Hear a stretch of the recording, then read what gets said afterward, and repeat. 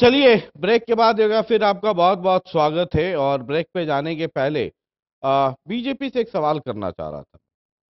एक राजनीतिक शास्त्र, पॉलिटिकल साइंस के एक स्टूडेंट होने के नाते भी, ये बीजेपी ने लिखित समझौता किया था जी। 2011 में। मौखिक तो है नहीं। आपके तमाम नेता जितने आए हरियाणा में, आप लोग गवाह हैं, सब लोग, सबने अनाउंस किया पब्लिक प्लेटफॉर्म से। आज आपके पास सीटें ज्यादा आ गई। यहाँ तक कि मोदी जी भी जब आए थे हरियाणा, झज्जर की भी रैली में उन्होंने कहा था कि कुलदीप जी के बिश्नोई में हजका और रामविलास जी की अगुवाई में बीजेपी, दोनों भाई, ये सब। आपके पास नंबर्स ज्यादा हो गए तो आपने रंग बदल लिया। इसे रंग बदलना नहीं कहेंगे। फिर क्या कहेंगे? आप देखिए, आप कभी कोई हम खेल भी खेलते हैं, तो जब वास्तविकता जो सामने आती है, तो उस समय भी टाइम आउट लेकर कई बार स्ट्रैटेजी बदलनी पड़ती है, छोटी मोटी मॉडिफिकेशंस करनी पड़ती हैं। यदि हम फैक्ट्स को इग्नोर करेंगे तो खेल में पिछड़ जाएंगे। हमें समय समय पर अपनी एक रणनीति बनाकर इंसान युद्ध के मैदान में उतरता है, खेल के मैदान में उतरता है। किंतु वहां वास्तविकता अगर थोड़ी सी भिन्न हो जाए, खेलते खेलते थोड़ी परिस्थितियां बदल जाएं, तो हम अपनी अपनी पोजीशनिंग थोड़ी चेंज कर लेते हैं। क्या परिस्थितियां बदल गई? परिस्थितियां, लोगों का रुझान बदला थोड़ा सा, वही लोगों तो की कह रहा आवाज। हूं मैं हाँ जी, तो कि जो नतीजे आए उसको देख करके आपने रंग बदल लिया। रंग नहीं बदला। जो नतीजे आए उस परिस्थिति के अनुसार हमने अपनी पोजीशनिंग करने की बात रखी है। हजका को भी इस बात को समझना चाहिए कि हम दोनों को एकजुट होकर सत्ता के अंदर आना है, हरियाणा को नई दिशा देनी है, हरियाणा की दिशा बदलनी कौन है। सा ऐसा मौका है जब बीजेपी ने हजका को जलील नहीं किया? जलील नहीं करना इसको कहते हैं। आपने करनाल में जलील किया।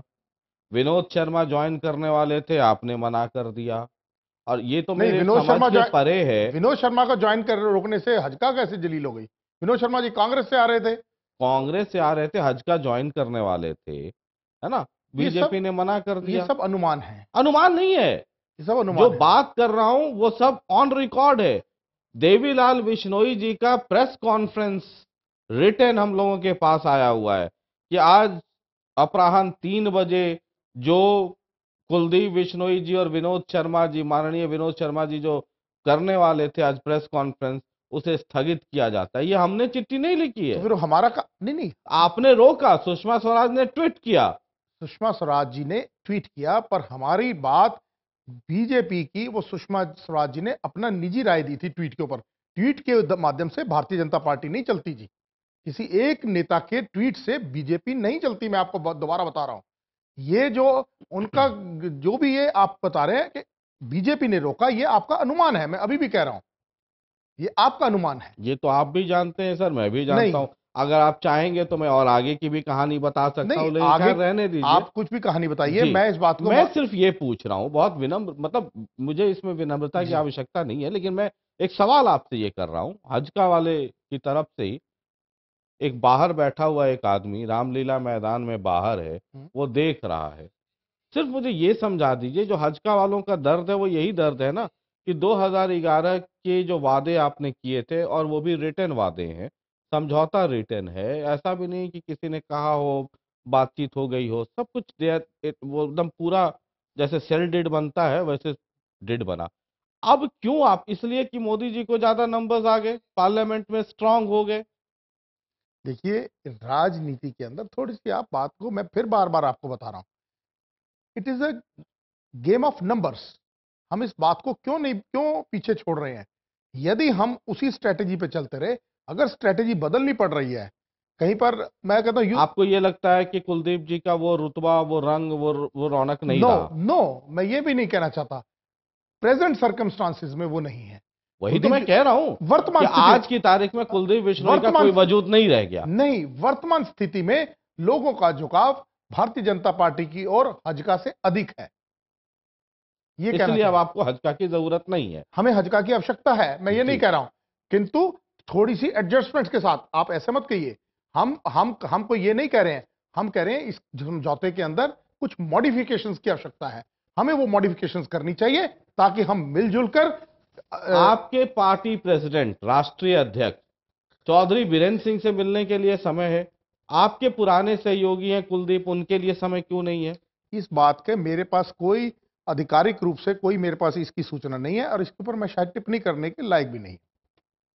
जी, आप कुछ कहना चाह रहे विशाल जी को मैं बताना चाहूंगा कि सुषमा स्वराज जी ने सिरसा की रैली में ये कहा था, चाहे विधानसभा में सीट कम भी हो जाएं, लेकिन मुख्यमंत्री कुलदीप बिश्नोई बनेंगे पहले।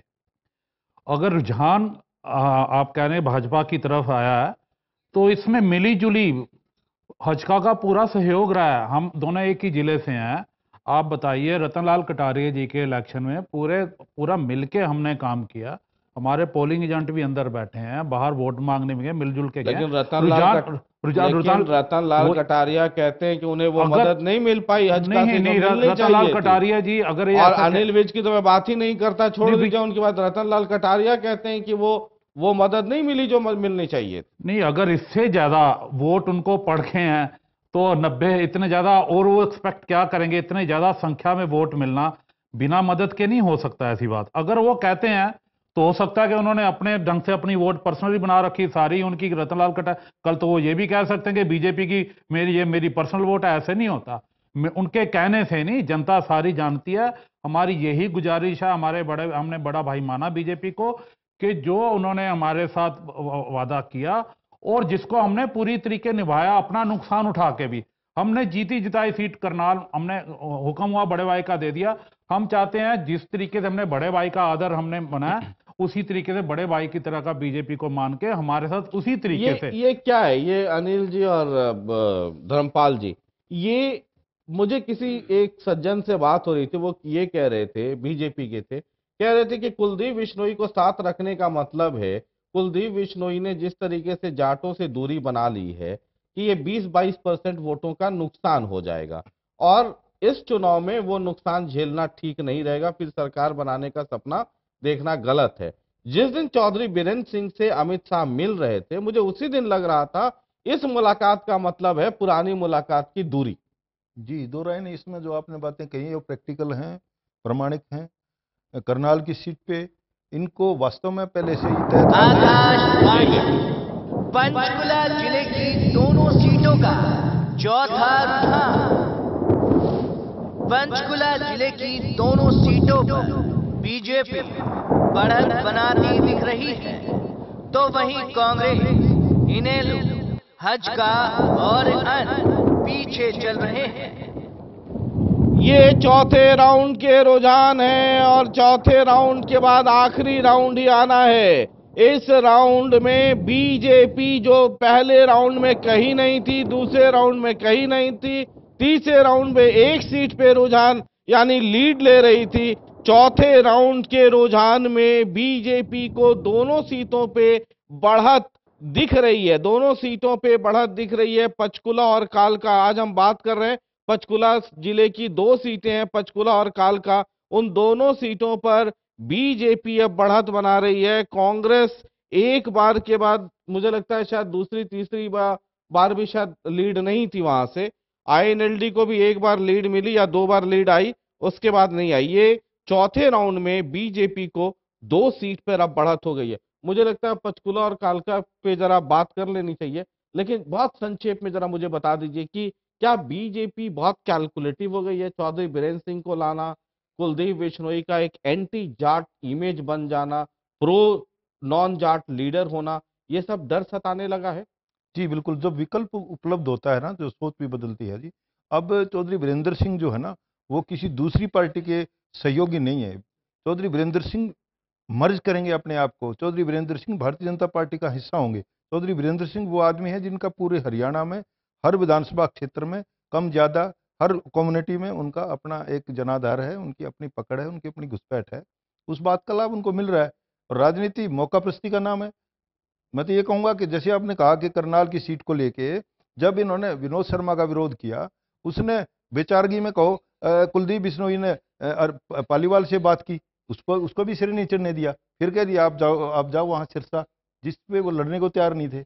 इनके पास उम्मीदवार भी नहीं था। अनिल जी, जिस तरह से बीरेंद्र सिंह बीजेपी की तरफ जा रहे हैं और 18 तारीख को जो है वो ऐलान कर देंगे कि बीजेपी में शामिल हो गए हैं। बीजेपी भी चाहती है कि जो बीजेपी के ऊपर हमेशा लोग मानते आए हैं कि ये नॉन जाट पार्टी है, अगर वीरेंद्र सिंह वहां जा रहे हैं तो जाहिर सी बात है कि बीजेपी को इसका फायदा मिलेगा। और दूसरा जो नॉन जाट पार्टी का टैग लगा हुआ है वो कहीं ना कहीं हट जाएगा और जाहिर सी बात है कि इसमें वोटों की भी बढ़ोतरी हो गई और बीजेपी को भी इससे लाभ मिलने वाला है आने वाले दिनों में। वरना 20-22% का नुकसान, ये भी एक अंदर खाने ये बात चल रही है। बहरहाल ये चौथे राउंड का रुझान आ गया है। ढींगरा साहब, बहुत देर हो गया, मैं आपके पास नहीं आया, बगल में आपके पास भी नहीं आया, एक एक सीट आप लोग दोनों के पास है। चौथे राउंड के रुझान में लग रहा है कि वो देखिए ऐसा कुर्सी है, फिसल रही है। ऐसा है, ये रुझान जो है इसमें अभी कोई कैंडिडेट तय नहीं है। हाँ, कौन एकदम सा नहीं है। कौन सा कैंडिडेट आएगा, कौन सी बात होगी, किस तरीके से होगा, आने वाले टाइम में आप ये देखेंगे कि दोनों सीटों पे कांग्रेस का परचम फहराएगा। इसमें कोई दो राय नहीं है। कांग्रेस की सीटें जो है, दोनों सीटों पे कांग्रेस जो है जीतेगी। सीमा जी, अभी भी एक राउंड आने वाला है अभी, और जिस तरीके से हर राउंड में उतार चढ़ाव हो रहा है। मैं तो यही कहना चाहूंगी जी कि जो एमपी का इलेक्शन था वो हमारा देश का इलेक्शन था। लोग इतने दुखी थे कांग्रेस से कि उन्होंने देश के परिवर्तन लाने के लिए मोदी जी को वोट किया। तो उसका कहीं ना कहीं इम्पैक्ट, क्योंकि जो आपने जो सर्वे किया ये 1 जुलाई से लेके बीच में किया, तो कहीं ना कहीं लोगों को ये उम्मीद है, क्योंकि वो पिछला इम्पैक्ट उनके दिमाग में है कि मोदी सरकार आएगी तो हमारे लिए कुछ करेगी। तो आप पिछले देखिए, जब से ये बजट सेशन शुरू हुआ है तो कई लोगों को, सभी लोगों, गरीबों से, कईयों से बात होती है कि आज तो पिछली सरकार को हम उम्मीद से बड़ी मोदी सरकार को बनाया था, तो आज टमाटर ही इतना महंगा हो गया कि 70 रुपए किलो टमाटर, महंगाई नहीं रोक रहे। कुछ ना कुछ आता था कि धीरे धीरे बदलाव होगा। तो और मोदी जी को तो जाहिर है सपोर्ट कर ही रही हैं आप लोग, नहीं, वहां से सपोर्ट विड्रॉ क्यों नहीं करती? हालांकि उससे कोई फर्क नहीं पड़ेगा, लेकिन सपोर्ट विड्रॉ कर लीजिए।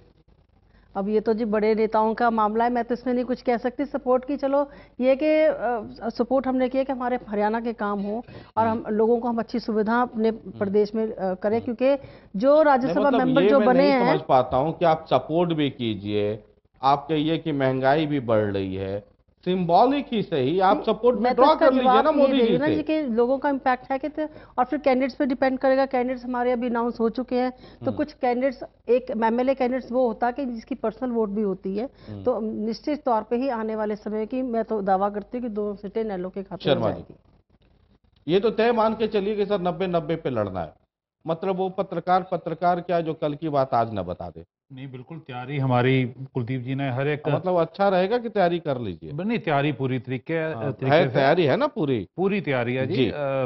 कुलदीप जी ने प्रत्येक 90 हलकों की हमसे, प्रत्येक जिले वाइज प्रत्येक हलके के 3-3 कैंडिडेट्स की लिस्ट तो मांगी थी। पंचकुला और कालका से ही भेज दिया आपने नाम? बिल्कुल, सारे ने भेजे। 270 कैंडिडेट हमारे पास जो शॉर्ट लिस्ट होके कहाँ पे? पंचकुला और कालका में? पंचकुला नहीं, पूरे हरियाणा में 90 को 3 से गुना करते हैं तो 270 कैंडिडेट बन जाते हैं। पिछली बार भी पूरे कैंडिडेट लड़े थे, इस बार भी हमारी पूरी तरीके से तैयारी, 90 के 90 सीटों पे गठबंधन रहेगा। तो हम वो समर्थन सहयोगी पार्टी को अपना पूरा जो किया, जो मेहनत होगी उनके पाले में डालेंगे, जहां से उनको टिकटें मिलेंगी। नहीं होगा अगर ऐसा होता है ना सर, तो 90 की सीटों, 2 दिन के बाद फिर सर हम लोग टेलीफोन पे बात कर लेंगे, आप घर पे होंगे तो। बिल्कुल बिल्कुल जी, मतलब हमारी तैयारी 90 की 90 सीटों में पूरी। देखिए सर, 2 चीजें बड़ी स्पष्ट है।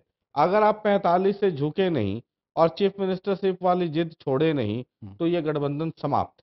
ठीक है, अब उस पर आप समझौता करेंगे? हमारी जिद नहीं है ये, तो हम तो कहते हैं जो समझौता उसको उसके ऊपर चलने की। 2011 के समझौते की शर्तों को रिव्यू नहीं करेंगे, उसमें फेरबदल नहीं करेंगे, तो द एंड ऑफ द बिल्कुल चैप्टर आप मान के चलिए। अगर हमारा हक नहीं देंगे, जैसा कुलदीप जी ने बताया, अगर हक नहीं गए तो नेचुरली वो गठबंधन, शर्तें नहीं, मतलब शर्तें नहीं है, हमारा हक है जो बीजेपी ने हमें कहा था। ये मीडिया में लोगों को आभास था इस बात का, इसीलिए हमने गठबंधन कर करके नहीं किया सर्वे, हमने एक बीजेपी अलग सिंबल रखा है और हज का अलग सिंबल रखा है। जनता फैसला करेगी जी कि क्या किसके साथ धोखा हुआ, कौन धोखा करेगा या करेंगे, तो जनता फैसला करेगी। मतलब बीजेपी को सबक सिखा और हरियाणा नहीं, सबक सिखाने वाली बात नहीं, जनता न्याय करेगी। और हरियाणा की जनता, पूरे देश में ऐसा हरियाणा राज्य है जिसमें जनता इतना पॉलिटिकल बड़ी सूझबूझ, बेशक जो अनपढ़ भी है वो भी राजनीतिक पूरी सूझ रखता है। यहाँ के लोग पूरे दल बल के साथ बनाते हैं और यहीं के लोग उसी को दल बल के नीचे उतारते हैं। ये हरियाणा का इतिहास रहा है। अन्याय के खिलाफ जनता एक कमजोर आदमी का भी पूरे तरीके से साथ देती है, और आज की डेट में हरियाणा जनहित कांग्रेस तो बहुत ही मजबूत स्थिति में है पूरे लंबे इतिहास के साथ। सेठ साहब, ये तो चलिए 2 सीटें अभी चौथे राउंड के रुझान में, आखिरी वाले के लिए जरा इंतजार कर लेते हैं। मुझे जरा ये समझा दीजिए कि एक सवाल जो मैं अभी धर्मपाल जी से भी और अनिल जी से भी कर रहा था कि बीजेपी बहुत कैलकुलेटिव हो गई है। जब आदमी सत्ता में आ जाता है तो सत्ता खोने का भी डर रहता है, उसके पहले तो संघर्ष का दौर रहता है। क्या ये भी सही है कि आपको लगता है कि हजका के साथ अगर गए तो जाट वोट से हाथ धोना पड़ेगा, इसलिए बेहतर है कि हजका से साथ पल्ला झाड़ो? चौधरी बीरेंद्र सिंह, मेरे पास तो सूचनाएं और भी बहुत सारी हैं, लेकिन अब पहले क्या मैं कुछ चीजें नहीं बोलनी चाहिए। बहुत सारे लोग आए, सुना है कि मैडम की पार्टी यानी आईएनएलडी से भी लोग आपके यहाँ जा रहे हैं, बातचीत चल रही है। ये वो खौफ है कि जाट वोट आपसे दुखी हो जाएगा? देखिए, भारतीय जनता पार्टी ने कभी भी जाति पर आधारित राजनीति नहीं की। चलिए वो तो ठीक है सर, वो भाषण के लिए तो विकास ठीक की है, नहीं, भाषण की बात नहीं है। भाषण के लिए ठीक है। हमने जब मैं अगर इसलिए केंद्र कह रहा नहीं, हूँ अब मैं आपको बताना चाह रहा हूँ, जी। हमने अगर केंद्र का चुनाव भी लड़ा, वो भी विकास के नाम पर लड़ा। हम्म जो भी हम स्टेटों के अंदर भी हमारी सरकारें चल रही हैं, हम्म उसमें किसी के अंदर भी जातीय समीकरण के ऊपर हमारी कोई भी सरकार नहीं है। हम्म। सभी विकास के नाम के ऊपर सरकारें चल कौन रही कौन हैं। सी सरकार आपकी जातीय समीकरण के आधार पे आपने टिकटें नहीं दी? आप अपने ही स्टेट हरियाणा के ही लोकसभा चुनाव की बात कर लीजिए सर। वो तो क्या है, हरियाणा की जो स्टेट जातीय समीकरण के ऐसा आधार पे टिकटें आपने नहीं दी, मुझे सिर्फ एक दो एग्जांपल हरियाणा का ही बता दीजिए। आप देख लीजिए क्यों बता जातीय दीजिए। समीकरण क्या, करनाल के अंदर जो चोपड़ा जी को टिकट दी, एकदम वहां ठीक पे है। ब्राह्मण सबसे ज्यादा है। अब ब्राह्मण है, पंजाबी वोट बहुत तगड़ा है। ओ फिर अगर आप किसी ब्राह्मण को देते तो आप कहते हैं पंजाबी तगड़ा है। ये देखिए, किसी व्यक्ति को तो देंगे ना, किसी जाति से तो होगा ना जी वो। तो अगर मैं वही तो कह रहा हूं, अगर मैं जातीय समीकरण तो मैं तब समझता ना कि पंजाबी को गुड़गांव से लड़ा देते और राव इंद्रजीत को करनाल से लड़ा देते।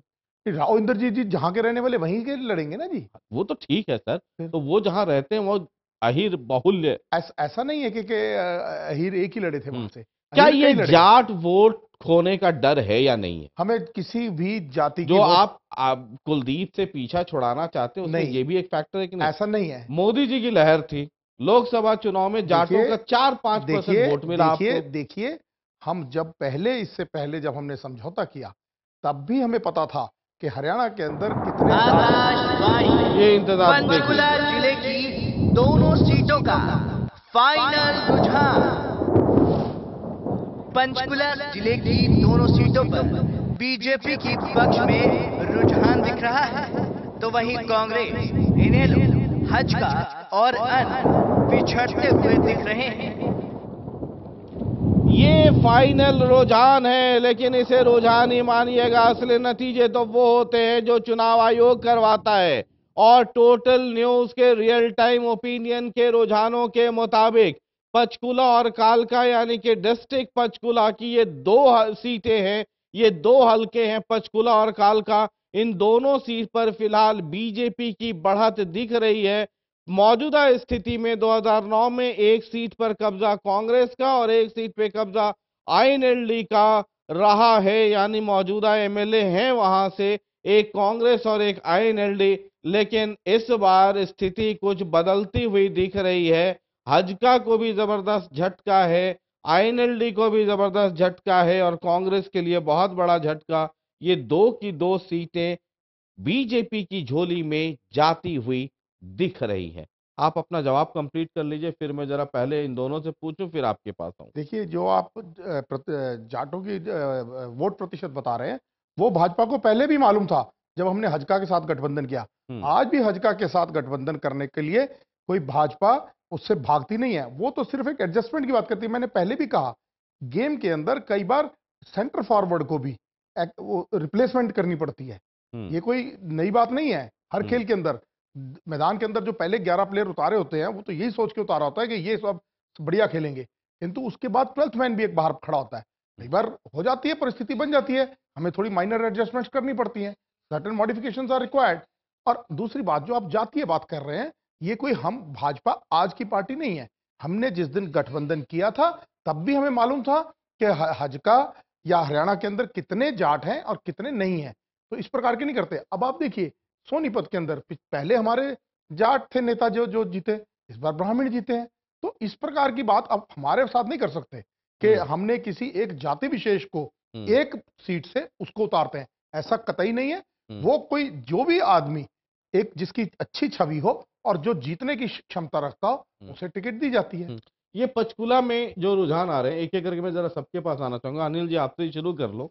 ये पंचकुला में जो रुझान आ रहे हैं बीजेपी के पक्ष में, ये दोनों सीटें है ना, मतलब मुझे रिसेंट पास में तो मुझे आइडिया नहीं है, क्षमा चाहता हूं आपसे, कि बीजेपी ने कोई बहुत कयामत कर दिया।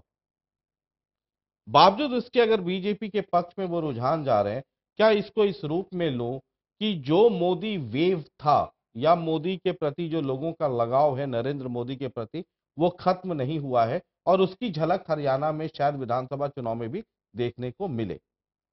जी शशि जी, आप ठीक कह रहे हैं। जो अभी रुझान आ रहे हैं वो बीजेपी के हक में आ रहे हैं, और बीजेपी हर एक जो काम करती है इस समय कैलकुलेटिव तरीके से कर रही है। सेठ जी ने अभी करनाल का एग्जाम्पल दिया कि करनाल में हमने अश्विनी चोपड़ा जी को मैदान में उतारा और ब्राह्मणों का बहुमत ज़्यादा है। इन्होंने पूरी कैलकुलेट की, क्योंकि अश्विनी चोपड़ा खुद पंजाबी हैं और उनकी मिसिज जो है वो ब्राह्मण से है, तो इन्होंने पूरा कैलकुलेट करके मैदान में उतारा और वो सीट इन्होंने जीत ली। इसी तरह से ही जो पंचकुला है रुझान आ रहे हैं, और आने वाले दिनों में आप देखेंगे ये पूरा कैलकुलेट करेंगे और उसी हिसाब से ये उम्मीदवार उतारेंगे। और ये पहले सभी आकलन कर रहे हैं, और जो वीरेंद्र सिंह का पार्टी में आना, ये भी कहीं ना कहीं इनको बहुमत की तरफ ले जाएगा। और हाँ, तो इसका जाहिर सी बात है कि इनको आने वाले दिनों में फायदा मिलेगा। ये कितना मिलेगा ये कहना अभी मुश्किल है, ये मतदाता ही बताएंगे। जी धर्मपाल जी। सर ऐसा है, अभी देखो क्योंकि उम्मीदवार आने हैं उसके बाद तय होगा, बहुत चीजें ऐसी हैं। और कालका कहो, आज हम दो हल्के बन गए, पहले वो कालका ही था, 10-12 चुनाव हुए वहाँ, उसमें अब तक 7-8 बार कांग्रेस जीती है। वहाँ के जो लोग हैं बेसिकली उनकी विचारधारा कांग्रेस से मेल खाती है। जब भी उनको अपनी पसंद का के साथ साथ मैं आपको बता दूं कि 91 में जब कालका, तो पहला पंचकुला डिलिमिटेशन के बाद है, 91 में 32% वोट, मतलब सबसे ज्यादा वोट हरियाणा विकास पार्टी को तब 27% वोट मिले थे कालका से। 96 में 41% मिले और अन्य के खाते में 29 गए थे, 29% वोट, और बीजेपी को 26% वोट मिले थे। 2000 में ये देखिए कांग्रेस का ग्राफ लगातार बढ़ता रहा, 52% वोट हुआ और बीजेपी का 39% रहा। बीजेपी का भी बढ़ा है 25, 26, फिर 39। 2005 में बीजेपी 9% पे चली गई और 24% पे आईएनएलडी आ गई। अचानक इसका उदय होता है यहाँ पर, और 63% कांग्रेस, यानी कि लगातार आप देखिए 91 से अगर आप देखते रहे चलिए अगर इलेक्टोरल हिस्ट्री, तो ये बढ़ता चला गया। 2009 में कालका में 22% पे रह गई कांग्रेस और 44% वोट लेकर के आगे निकल गई आईएनएलडी, और बीजेपी 9% से घसक कर 2% पे आ गई। अब तक का 91 से लेकर के 2009 तक, हालांकि उसके बाद डिलिमिटेशन आया और पंचकुला ही बन गया, 39% 2000 में मैक्सिमम जो वोट मिले बीजेपी को मिले, 2009 में 2% पे आ। सर इसमें मैं यही बात कर रहा हूँ कि 2009 में इंडियन नेशनल लोकदल को एक बात का बहुत बड़ा लाभ मिला। वहाँ के लोग दो चीज़ों को की अपेक्षा करते हैं, लोकल कैंडिडेट और कांग्रेस की तरफ उनका रुझान रहता है। पिछली बार में उन्होंने जो नया कांग्रेस ने उम्मीदवार दिया मिस्टर राणा, जो क्या नाम कैथल डिस्ट्रिक्ट में राजौंद से एमएलए रहते थे, सत्येंद्र आउटसाइडर मान लिया गया उसको। दूसरा जो कांग्रेस विचारधारा का आदमी था, जिसकी उम्मीदवारी को लेके सब ये मान के चल रहे थे टिकट मिलेगी, वो लक्ष्मण सिंह के लड़के भाग सिंह, उनको टिकट नहीं मिली तो वो इंडिपेंडेंट खड़े हो गए। कांग्रेस दो जगह बट गई। अब क्योंकि लोकल उम्मीदवार अकेले प्रदीप चौधरी इंडियन नेशनल लोकदल के उम्मीदवार थे, तो उनको इस बात का सीधा लाभ मिला। एक कारण ये था। जहां तक आप चुनाव की और जो आपके रुझान की बात कर रहा हूं, मैं इससे 70% सहमत हूँ। वो इसीलिए सहमत हूँ। हाँ जी। और उसके कारण इसके कि बीजेपी को पिछली बार मात्र 2% ना कोई मायने नहीं इस बात के। अभी दो बातें देखो सर, जो कंपनसेशन की बात है, जहां तक मान लो गठबंधन नहीं होता, मान लो क्या ये मान के चलिए गठबंधन नहीं है, कुलदीप बिश्नोई इनसे दूर चले गए, तो आप देख रहे हैं पिछले एक साल से वीरेंद्र सिंह जो है वो फोकस कर रहे हैं उत्तर हरियाणा पे। उत्तरी हरियाणा में भी सबसे ज्यादा फोकस कर रहे हैं वो कालका और पिंजौर और पंचकुला पे, तो वो वहां काम करेंगे। उनको इस बात का पता है कि यहाँ सरकार ने जो इग्नोरेंस दिखाई है या अपनी लड़ाई के कारण लोगों को इग्नोर किया है, उसको मैं उसका लाभ लूं। दूसरा जो है, हरियाणा के लोग अमूमन ये सोचते हैं कि वो सत्ता को सलाम करें, अमूमन। अब क्योंकि 5 साल की सरकार है, बीजेपी की मजबूत सरकार है, ऐसी सरकार नहीं है कि वो बीच में कहीं उसको कोई खतरा होगा।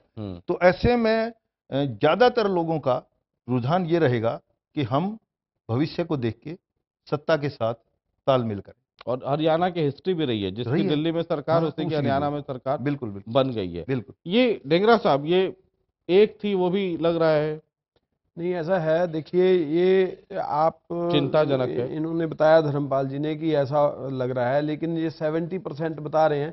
अभी हमारे जो कैंडिडेट आएंगे आप उससे देखेंगे कि वो हमने पूरे हरियाणा का जो समुचित विकास किया है उसके देखते हुए हमारी सरकार जो है सर, पंचकूला का आदमी दोनों जो है सीटें ना, जो है, सर मैं आपसे माफी चाहता हूँ, हाँ। पंचकूला का आदमी, एक कहावत है कि आप भला तो जग भला।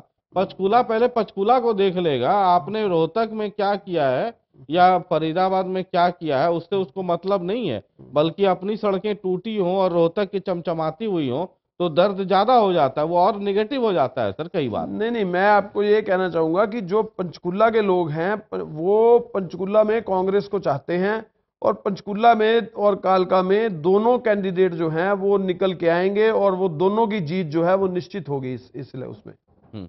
ये आपको लगता है? बिल्कुल। और ये कांग्रेस में तो कस्टम रहा है, कहीं का उठा के कहीं रख दीजिए कैंडिडेट, नहीं, वो भी एक मुद्दा रहा है। ऐसी बात नहीं है। इस बार बिल्कुल लोकल जो है कैंडिडेट दिए जाएंगे और उनके ऊपर ही चुनाव लड़ा जाएगा। हालांकि जो 16 लोगों ने हमारे पंचकुला में अप्लाई किया है, इसी तरह से कालका में अप्लाई किया है, तो वो सारे लोकल कैंडिडेट हैं, और लोकल कैंडिडेटों में से अगर कोई एक दो बार हो तो कांग्रेस ये चेक करेगी कि कौन सा आदमी जीतने वाला है, उसको टिकट दी जाएगी इस बार। एक सीट आपके पास भी है कालका, वो भी आप, ऐसा लग रहा है, क्या होगा ये तो इलेक्शन कमीशन जो चुनाव कराएगा वो है, ये तो सिर्फ रुझान है, इसलिए हम डिस्क्लेमर भी चलाते हैं कि इसको देख कर करके बीपी ना बढ़ाएं, ना ही दिल की धड़कनें बढ़ाएं। मतलब ये तो है कि बस जरा अलर्ट हो जाए, हम सिर्फ अलर्ट मोड में ला देते हैं, वो भी सीट जाती हुई दिख रही है। मैं तो उसी पुरानी बात पे आऊंगी जी, कैंडिडेट्स पे बहुत फर्क पड़ता है, क्योंकि ये आपने सिर्फ पार्टी लेवल पे वोट्स लोगों ने डाली है, तो अभी तो समय है, पूरे 2 महीने हैं इलेक्शन में, और हमारे कैंडिडेट्स अभी डिक्लेयर हो चुके हैं। समीकरण जरूर बदलेगा, इसी आशा के साथ मैं यही कहूंगी कि दोनों सीटें ही हमारी इनेलो की झोली में पड़ेंगी, क्योंकि दोनों ही कैंडिडेट्स बहुत ही अच्छे चौटाला साहब ने अनाउंस किए हैं, तो मैं तो उम्मीद करती हूँ कि दोनों सीटें इनेलो की आएंगी। ऐसे अक्सर चुनाव से 3-4 महीने पहले हम लोग 2008 से करवाते रहे हैं, पहला राउंड तो 3 महीने 4 महीने पहले करवा देते हैं, और जब आखिरी वाला करवाते हैं तो बहुत ज्यादा शिफ्टिंग दिखती नहीं है। एक बड़ा मुद्दा ये भी है जी कि वहाँ अब का ये जो थोड़ा इलाका है, चिंताजनक, इससे ब्लड प्रेशर बढ़ सकता है कई लोगों का, इसलिए मैं इसे कम बोल रहा हूँ, लेकिन ये इतिहास गवाह है। अब मैं तो ये कहूँगी जी, मुद्दा बहुत बड़ा, एक बैकवर्डनेस ऑफ पंचकुला बहुत बड़ा मुद्दा रहा है कि जो मेन लोगों की कमाई का साधन है वो है माइनिंग, जो कि पहले ढींगरा साहब ने, इन्होंने जो भाई साहब ने बताया कि आज सड़कें क्यों नहीं बन रही, क्योंकि माइनिंग की वजह से। देखो पंजाब बिल्कुल 1 किलोमीटर बाद पंजाब वो तो ठीक है, वो मुद्दा आपको 5 साल उठाना था, अब तो परीक्षा की घड़ी है, अब तो आपको वोटर्स नंबर देंगे, और जो किसको कितने नंबर्स मिलेंगे वो पास करेगा, फेल करेगा। अब तो उस पे रहे, आपने जो कहना था वो तो आपने कह लिया, भाषण में आगे कहते रहिए। ये हज का अगर बीजेपी का साथ छूटा तो आज तो पहला ही दिन का ये कार्यक्रम है सर, आगे तो अभी 21 जिले, मतलब 20 जिले और होने हैं। ये दूसरा इलेक्शन होगा जो डिलिमिटेशन कालका और पंचकुला अलग अलग का, और उससे पहले चंद्रमोहन जी 4 बार यहाँ से एमएलए रहे जो जॉइंट कॉन्स्टिट्यूंसी, और ये लोगों ने इस 5 सालों में ये देख लिया कि जो कितना बुरी तरीके से हमारे हाल दोनों जो हल्के हैं पंचकुला और कालका, चंद्रमोहन जी की वजह से ही मैं हजका को लेकर के थोड़ा आशान्वित था कि पंचकुला में ये दोनों सीटों पे कुछ असर दिखे। वही तो मैं कह रहा हूँ जी, लोग अब पुराने वक्त को याद कर रहे हैं कि ठगा हुआ महसूस कर रहे हैं।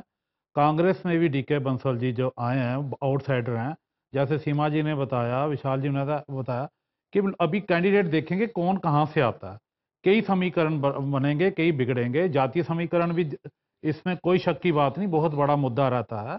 और मैं समझता हूँ कि जब इलेक्शन अभी शुरू होगा तो आप देखना कि सारे जब कैंडिडेट पूरी तरीके खुल के आ जाएंगे और लोकल की बात चलेगी, बाहर वाले की बात चलेगी, पिछले जो काम किए हुए हैं, इस बार पिछले काम किए हुए कामों को जनता जरूर देखेगी, वो कंपैरिजन करेगी कि इन 5 सालों में जो आपको लगता है कि आने वाले 1-1.5 महीने में स्थितियां बदलेंगी? बिल्कुल स्थिति बदल चुकी है पूरी तरीके से। स्थिति क्या बदलेगी? स्थिति बदल 5 साल क्या पिछले 10 साल से कुछ काम नहीं हुआ इलाके का। परिस्थिति तो दुनिया तंग है, तभी तो कांग्रेस के खिलाफ लोगों ने वोट दिया। सवाल यह है कि उसके कांग्रेस के खिलाफ किसको चुनेंगे, वो किसको कौन बैठ रहा है। तो उसके लिए वे पूरा इतिहास देखेंगे, इस इलाके के लिए किया किसने।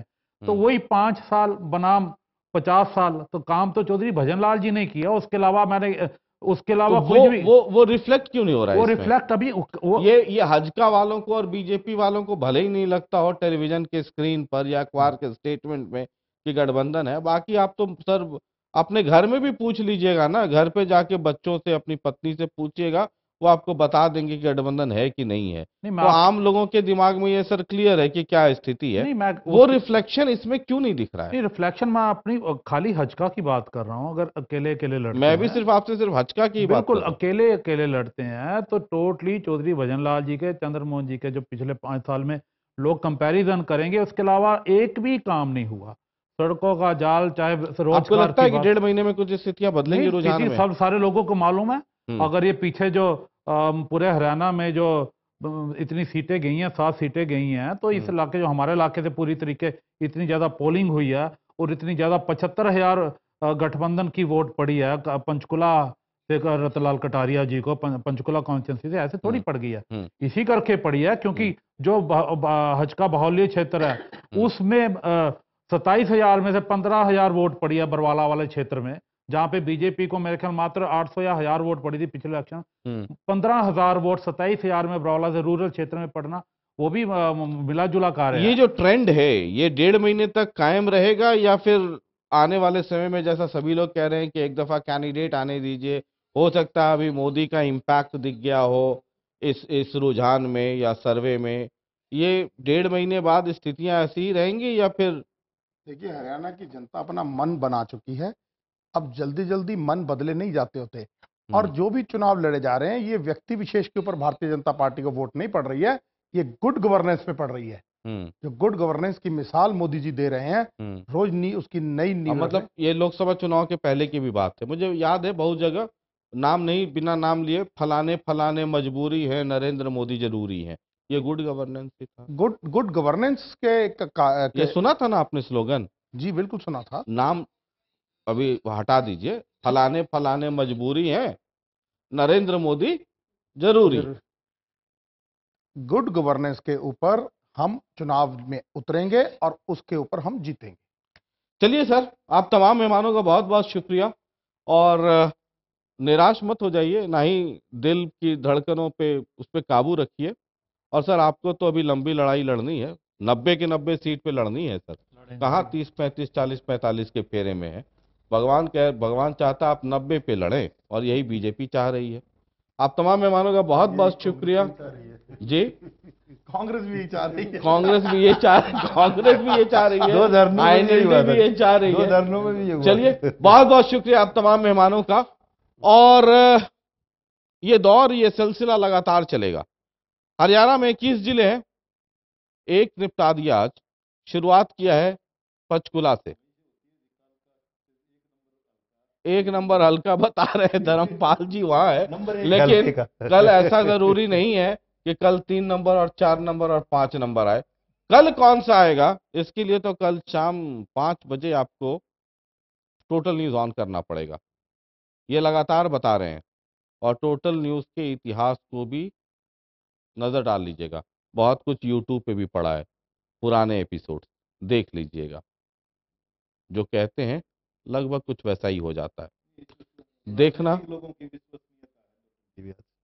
राजनीतिक लोगों की विश्वसनीयता, वो अच्छा। विश्वास करते हैं तो इस बात पे करते हैं कि टोटल ने क्या। अब आप ऐसा कह रहे हैं कि कई लोग बीपी की दवा निकाल रहे होंगे। बहुत बहुत शुक्रिया, और कल शाम फिर होगी आपसे 5 बजे मुलाकात, लेकर आएंगे एक और डिस्ट्रिक्ट में, जितने हल्के होंगे सब लेकर के आएंगे, और देखते हैं कि वहां क्या नतीजे निकलते हैं। यहाँ तो 2 सीटों पे बीजेपी को बढ़त थी, इसलिए आपने ये समझ लिया कि पंचकुला और कालका दोनों पे बीजेपी है, लेकिन अगर मान लीजिए ये होता कि एक सीट पे ये और एक सीट पे वो, तब कैलकुलेट करना बड़ा मुश्किल होता। कल शाम 5 बजे फिर मिलेंगे।